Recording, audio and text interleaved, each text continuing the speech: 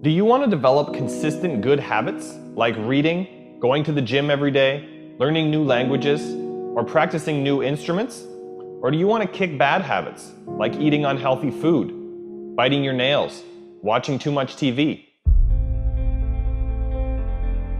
3 years from now, you can have what you need. You got to be careful about it. You can't have everything. You can have what would be good for you, but you have to figure out what it is, and then you have to aim at it. We know that sometimes you can be uncomfortable, but you can be uncomfortable and hopeful rather than uncomfortable and fearful. People go through their lives without knowing what it is they want to do. You don't have to be where you think you want to be in order to be happy. You just got to be on the way to where you want to be in order to be happy. You are going to get what you're looking for. So if you're looking for success, you're looking for happiness, you're looking for prospects, you're looking for recruits or clients, I'm telling you, the more you're consciously looking for those things, you're going to see them. When you're looking to win, you're looking for victory. Sit on your bed one day and ask yourself, what remarkably stupid things am I doing on a regular basis to absolutely screw up my life? And if you actually ask that question, but you have to want to know the answer, right? Because that's actually what asking the question means. It doesn't mean just mouthing the words. It means you have to decide that you want to know. And so be very careful what you set your mind towards, what your outcomes are, because you're going to find them. Your mind's powerful. You're powerful. You're more powerful than you think you are. And if you could just get clear on what you're looking for, get super specific with great clarity, great specificity about what it is you want, it's sitting there for you to find if you look for it. The time is now. The time is now to express and for people to believe in themselves. The time is now for it to be okay to be great. Right there and then, you have an opportunity to steer your thoughts and your emotions in the direction that you want them to go, not in the direction that they're telling you to go. In other words, you can literally choose to seize the day, or you can let the day seize you. If you're fearful all the time, your point of attraction is very far from what you really want. If you're ornery all the time, or a lot of the time, your point of attraction is different from what you want. Your emotions are your indicator of what you're doing vibrationally. You've been listening to us long enough to sort of understand what we mean by that? Don't worry about what needs to be done. Think about who you have to be in order to get it done. Did you ever have a dream that was so big that you thought it was almost impossible to achieve? I've had those dreams. And while not every dream has become a reality, along the way I learned a powerful approach of picturing that has helped me achieve most. Since that day, I've had other dreams, other big dreams. And in each case, I would picture where I wanted to be, and I would visualize what I would be doing and who I would be doing with when I got there. As the saying goes, you can't make a basket if you never take the shot. I knew I would miss the shot sometimes, and the failure would dampen my spirit, but I would be better off for my efforts and I would be okay. People are addicted to all kinds of things, substances, but one of the greatest addictions, or rather the greatest addiction, you never read about it in the papers, because the people who are addicted to it don't know it. It's the addiction to thinking. It's actually addictive. Can't stop thinking. It's like can't stop drinking, can't stop smoking, can't stop eating, can't stop thinking. You have the option of taking it hard or taking it easy, of making the worst of it or making the best of it, of giving it your undivided attention, of giving it very little of your attention.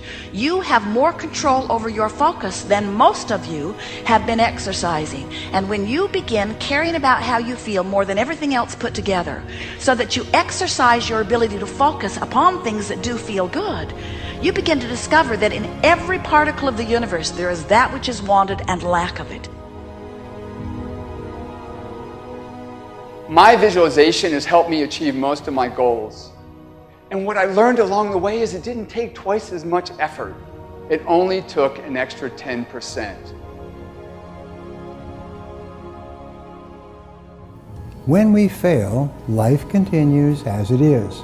We can stay in our comfort zone. Success, on the other hand, challenges us. It pushes us and it exposes us to rejection. How are we going to manage this new success?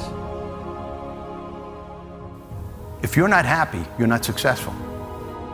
If you're not enjoying yourself during the process of whatever it is you're trying to achieve, there's a problem. To me, the biggest disease on this planet is unhappiness. And the reason why people are unhappy is because we have a tendency to keep focusing, as I said, on what we don't have, on what's not working in our lives, instead of allowing ourselves to shift our focus and our way of thinking. People always want to be like, follow your dreams, follow your dreams, follow your dreams. My dream was always to be a rap artist, right? But I had to get a job. So I had to focus on my job. And then I made money to follow my dream. One of the main reasons that people don't get what they want is because they don't actually figure out what it is. And the probability that you're going to get what would be good for you, let's say, which would even be better than what you want, right? Because, you might be wrong about what you want easily. But maybe you could get what would really be good for you. You have the freedom to think anything you want. You were born extremely confident. You came into this world knowing how wonderful you are. So choose new thoughts to think about yourself, and choose new words to tell yourself how magnificent you are, and that you deserve all the good that life has to offer. First thing in the morning and last thing in the evening, I want you to look into your eyes and say, I love you.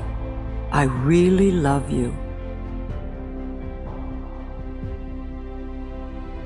Your first goal, this is what I'm suggesting, your first goal when you open up your eyes should be to focus on the things that ignite your spirit and bring you joy.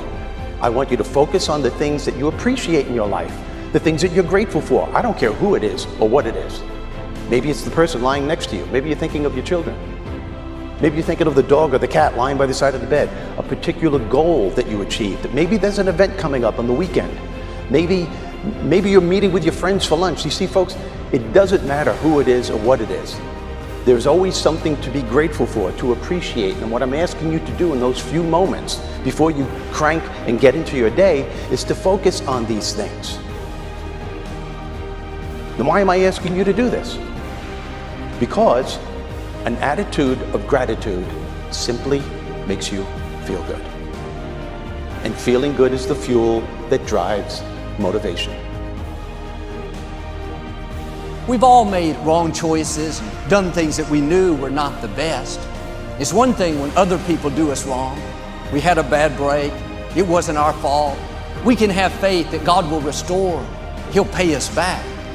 But when we bring the trouble on ourselves, when we blow it, it's easy to live in regrets, thinking that God's not going to help us. We made the mess. But here's the beauty. God knew you would mess up before He called you. He knew we would get off course, at times give in to temptation. He didn't base His plan for your life on you making perfect decisions.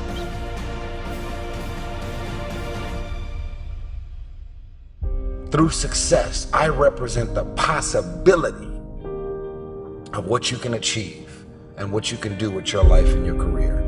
Other people's success represents the possibility of what you can do. Those are the records that you can sell. Those are the type of tours that you can do. Those are the kind of songs that you can produce and the songs that you can write.